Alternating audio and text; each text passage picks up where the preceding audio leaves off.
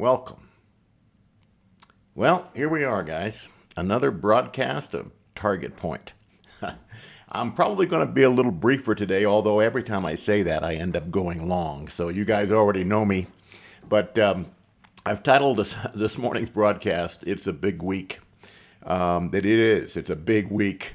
And if you've been following a lot of the things we've been talking about have to do with current events and what's going on.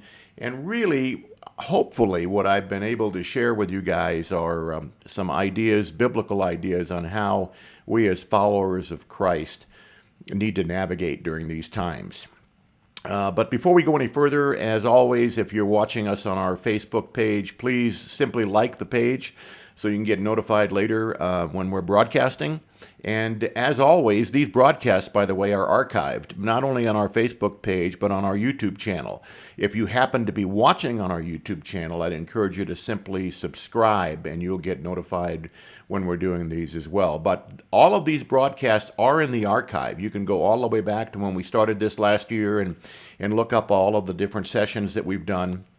In the next month or two, I'm going to get into a teaching pattern again, and we're going to start working through some really good curriculum called Essentials for the Journey, dealing with the foundation of the Christian faith and what we need to know, especially as new believers, but a lot of the content will be very appropriate for those of us who have been following Christ for a long time as well.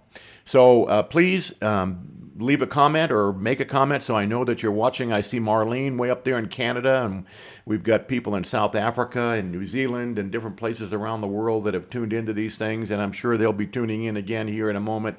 But I encourage you to leave a comment if you have any questions. If you have any complaints, by the way, I do have a complaint department. There's no one there right now, though, but I can direct you later. But leave a comment. If you guys need to get a hold of me, you can go to the website otm.co and just email me from there, or email me directly.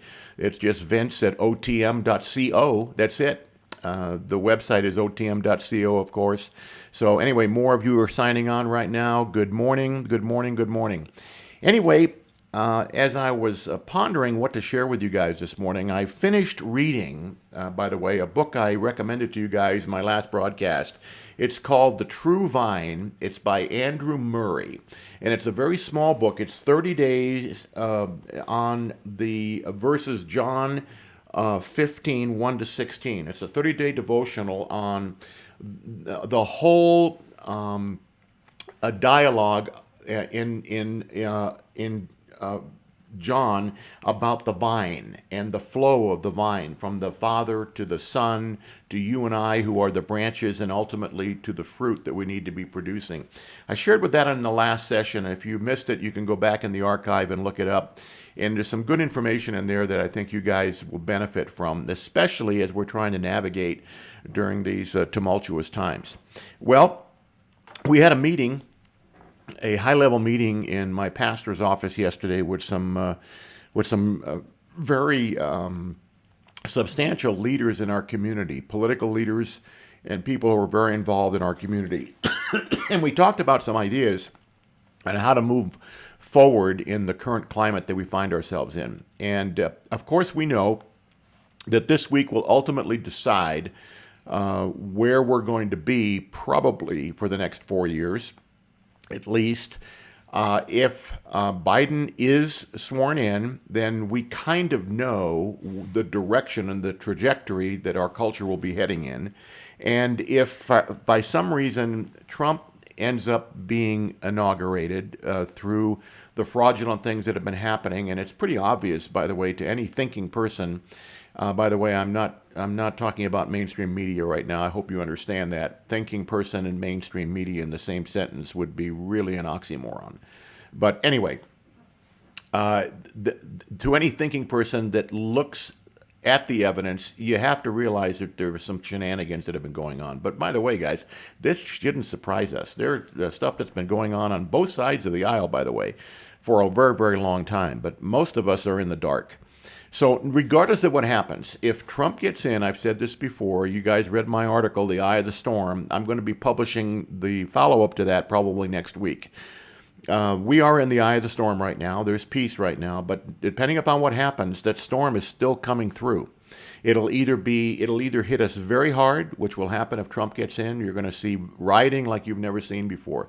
It's what happened in the past is going to pale. It's going to be pale by comparison to what's happening right now. However, if Trump is in, I believe it will be short-lived. I believe the military will be involved, and we'll get through this.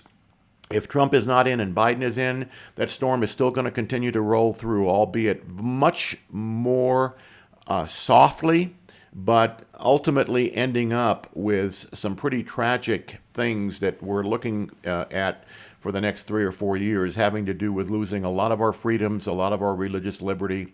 So it begs the question, in the context of the trajectory that we see that we're headed into, how ought we as followers of Christ to think and to act and to behave? And we've been talking about that now for quite some time. And this little booklet really helps us understand what Jesus is calling every one of us on planet Earth to do. And I want to encourage you to really dig down on those verses. Read them, meditate upon them, and understand them. I'm going to read to you as I close here in a few minutes the last little devotional that I read this morning, which was the end of the book. I'm going to read that to you. But we really need to be asking the question, Lord, how would you have me? We know that when it talks about producing fruit, each and every one of us have different gifts. Therefore, the fruit that God is calling you to bring and to produce may be very different than the fruit he's calling me to bring and to produce. So we have to, first of all, be so intimate with God that we get his mind about who we are. I've said this before, that you'll never understand your destiny until you first understand your identity, who you are in him. And that also calls for, I think, a new level of commitment going into 2021 about getting close to God in order for me to discover how and why he made me, so that I can truly go out there with everything that he's given me and truly bear fruit. Because it doesn't matter what the world looks like. We've got to get our eyes on the heavenly kingdom and off the earthly kingdom, because that's where the answers are going to come from. All the political posturing and maneuvering, that's fine, and there are political leaders, we talked about this yesterday, on the political side, that's their role. Let them go do that. But guys, this is not a political battle, it's a spiritual one. And shame on us if the church in America, although it may be a remnant right now, but shame on us if the church in America doesn't get this and rise up and be the true church that Jesus called us to be. If that doesn't happen, guys, we're lost. And there'll be a very small remnant of us that'll ultimately be underground. But if we do rise up, the good news is that we could still see a revival in America. And as I was praying the other day, I actually got kind of emotional. I was praying and I was like pleading with Papa God, like pleading with your daddy. Have you ever, when you were a little boy or a little girl growing up, gone to your daddy and said, Daddy, Daddy, I am so sorry. I am so sorry. Could you please give me another chance? Lord, could you give me another chance, is what I prayed the other day. Daddy God, I am so sorry for all the failures that we've had as a church, for failing to really recognize what it really means to be a true follower of you, for not following your word.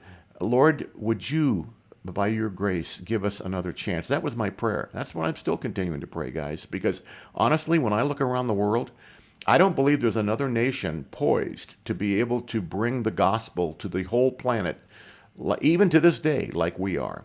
We're the best chance of getting this message out. But in order for that to happen, we've got to maintain our religious freedom, our religious liberty. We've got to get serious as a church of understanding our call and our role before God. And we've not been doing that, guys. So, you cannot have revival without repentance. And repentance is a 180, not a 360. It means turning from the way we've been going. Because normal, listen, people keep saying, we're never going to get back to normal. Well, that may be true. But I got to tell you something. Normal in the church ain't working. It never has worked, okay? We've got to forget normal. We've got to be able to dig in and discover, Jesus, what do you want? What do you want us to do? I see some more of my friends signing on. Tom Gensler, good morning, Tom, and I think Tom Cheshire. These are dear men's ministry leaders in Illinois that are really doing a great job. We've spoken for them a number of times. In fact, we're thinking about joining up and doing a podcast together. They're kind of tuning in this morning, looking at what it looks like that we do. And again, we're pretty new at this as well. We've got, as you know, some new equipment, new lighting, new microphone, and camera, and all that stuff. So I need all the. And by the way, I need all the help I can get because when you look as beauteous as this, you got to have the right equipment to capture all that beauty. You know what I mean? So anyway, I hope you guys are enjoying this. So the importance for us this year, guys, is to get really serious. I know every year we make New Year's resolutions. Listen, guys, resolutions don't work. We need to make commitments, and we need to have other brothers and sisters in our life to hold us accountable for those commitments. We need to be spending a lot more time on our face before God. So I want to read this to you as a kind of some concluding comments today. I've got to be a little short today. I've got to run off. I've got some very difficult situations I'm trying to deal with at our church this morning that I've got to get to. But on Friday, it should be an interesting broadcast because between now and Friday, we're going to know a lot more about where we're headed, guys. So be prepared for Friday. I'll start writing my article. The article that I'm writing right now is simply called Abide 2021 because I really believe that that's the theme we all should have going into this year. But listen to what Andrew Murray concludes his little book with. The verse is John 15:16, which is the last verse in that flow of text. And I, again, would encourage you to go back and read. John 15, 1 through 16. John 15:16. Oh, wait a minute. Is that what it is? Yeah, it's John 1. John 15, 1 through 16. John 15, 1 through 16. I'm sorry. I'm a little confused. When you get to be 50, it's hard, guys. Anyway, I appointed you that ye should go and bear fruit. Now listen carefully. And that your fruit should abide. He's already talking about us abiding in him. And I told you the other day that there's a flow here. There's the God, the Father, who is referred to as the gardener. And the word gardener means husbandman. Husbandman is a word. In fact, Adam, his name translated is husbandman. He was called to be the ultimate gardener, to bring the garden and everything under his purview into fruition. And in a marriage context, of course, we always teach that that's really what husbands are. That's our job, okay? So God the Father is now connected with Jesus the Son. They are in each other. Jesus talks about that. But in the very same way, Jesus is saying, you and I need to be connected the way the Father and I are connected. You are the branches and I am the vine. So you watch the flow that's happening here. If it were an actual plant, the sap coming from the Father through the Son into the branch that ultimately produces the fruit. If you break up that flow in any way, the devil tried to get that broken up between Jesus and the Father, didn't he? And that didn't work. The devil is still trying to break that up, and he's doing it with much more success between you and me and the Son. And we cannot let that happen. That flow, that connection must be there in order for that sap or that spiritual energy to flow through us and be able to produce the kind of fruit that he's designed you and I to produce. So it's very important that we get this, guys. We're here for a purpose, but if we're not connected to the branch, we're not going to have the spiritual energy to be able to bring forth the fruit Jesus is calling us to bring forth. And so in this new year, I shared this last week, there's a lot of dead branches have accumulated, and the same thing happens in the vine. And those branches have to be cut away. If they're not cut away, they're going to take a disproportionate amount of energy away from the true fruit that needs to come that's new. So you got to let the dead branches go, guys, and you got to let God hang new fruit on that new you that's moving into 2021. But here's how he concludes. He goes, the two things, I appointed you that you should go and bear fruit, and that your fruit should abide, that whatsoever ye shall ask of the Father in my name, he may give you. So what Andrew Murray is unpacking here is the two calls on our life as a result of the whole analogy of the vine and the branch. He's calling us to abide in him, in other words, to have an intimate relationship in him with him, and he's also calling us to prayer, to praying. Okay? Those two are really connected, guys. In the first verse of our parable, Christ revealed himself as the true vine and the Father as the husbandman, and asked for himself and the Father a place in the heart. Here, in the closing verse, he sums up all his teaching concerning himself and the Father in the twofold purpose for which he had chosen them.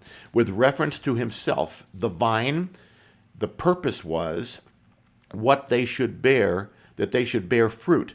With reference to the Father, it was that whoever they should ask in his name should be done of the Father in heaven. As fruit is the great proof of the true relation to Christ, so listen, prayer is of our relation to the Father. A fruitful abiding in the Son and prevailing in prayer to the Father are the two great factors in the true Christian life.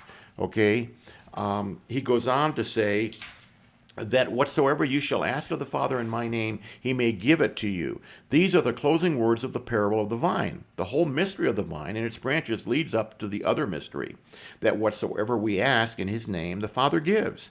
See here the reason of the lack of prayer and of the lack of power in prayer. It is because we so little live the true branch life. That is so true, guys. Because we so little lose ourselves in the vine, abiding in him entirely, that we feel so little constrained to much prayer, so little confident that we shall be heard. I know that I'm guilty of that sometimes, guys. I wonder, God, are you there? Are you really hearing me? And I believe sometimes when I feel that way, I question, am I lacking somehow in my connection to the branch? And oftentimes that's what it is. I'm not spending enough time with him. I don't have the faith that I need to have. And so do not know how to use his name is the key to God's storehouse. The vine planted on earth has reached up into heaven. It is only the soul, wholly and intensely abiding in it, can reach into heaven with power to prevail much. Our faith in the teaching and the truth of the parable, in the truth and the life of the vine, must prove itself by power in prayer. The life of abiding in obedience, of love and joy, of cleansing and fruit-bearing will surely lead to the power of prevailing prayer. I like that term, prevailing prayer. And if there's ever a time where we needed the power of prevailing prayer, dear Christian, it's right now. And if you're not praying, especially for what's going on in our world right now, man, you need to hit your knees. This is critical time. I chose you, it says, that ye may bring forth fruit, that your fruit may abide, that whatsoever ye shall ask of the Father in my name, he may give it to you. Beloved disciple, seek above everything to be a man or woman of prayer.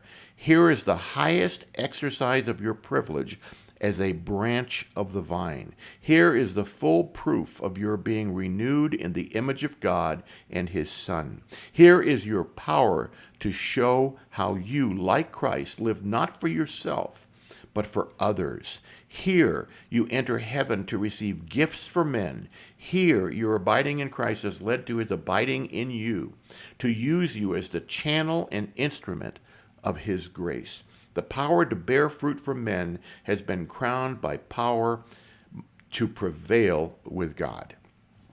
He kind of closes with saying, I am the vine, my Father is the husbandman. Christ's work in you is to bring you so to the Father that his word may be fulfilled in you.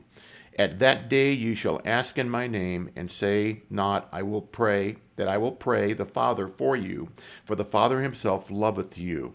The power of direct access to the Father for men, the liberty of intercession, claiming and receiving blessing for them in faith, is the highest exercise of our union with Christ. Let all who would truly and fully be branches give themselves to the work of intercession. It is the one great work of Christ, the vine in heaven, the source of power for all his work. Make it your one great work as branch. It will be the power of all your work in my name. Yes, Lord, in thy name, the new name thou hast given thyself here, the true vine, as a branch abiding in thee in entire devotion and full dependence in perfect conformity in abiding fruitfulness. I come to the Father in thee, and he will give what I ask. Oh, let my life be one of unceasing and prevailing intercession. Amen. Good little booklet, a good reminder of the importance of abiding in him so that we can ultimately appropriate the power to live out the lives he's called us to live and to produce the fruit, which is really our destiny, in order to make a difference on planet Earth. Our whole purpose for being here, guys, is to abide in him. We need to remember that in the midst of what's going on right now, not get excited or anxious that things may not be going the way we think they should, because God is in control. Just stay focused on your relationship with him and understand the importance that you play in his overall plan. He's crazy about you guys, and he loves you, and he has the best in mind for you. Stay close to him. So until Friday, we'll continue to pray and see what God's going to do this week. I'm kind of excited. No matter which way it goes, we'll see what God is doing. But no matter what, he still loves you, and he's still got a plan for you. All right, guys, listen, as always, and there's a whole bunch more people signing on. Thank you guys so much. Some of you are on our Facebook page, our YouTube channel. Great to be with you guys. And until Friday,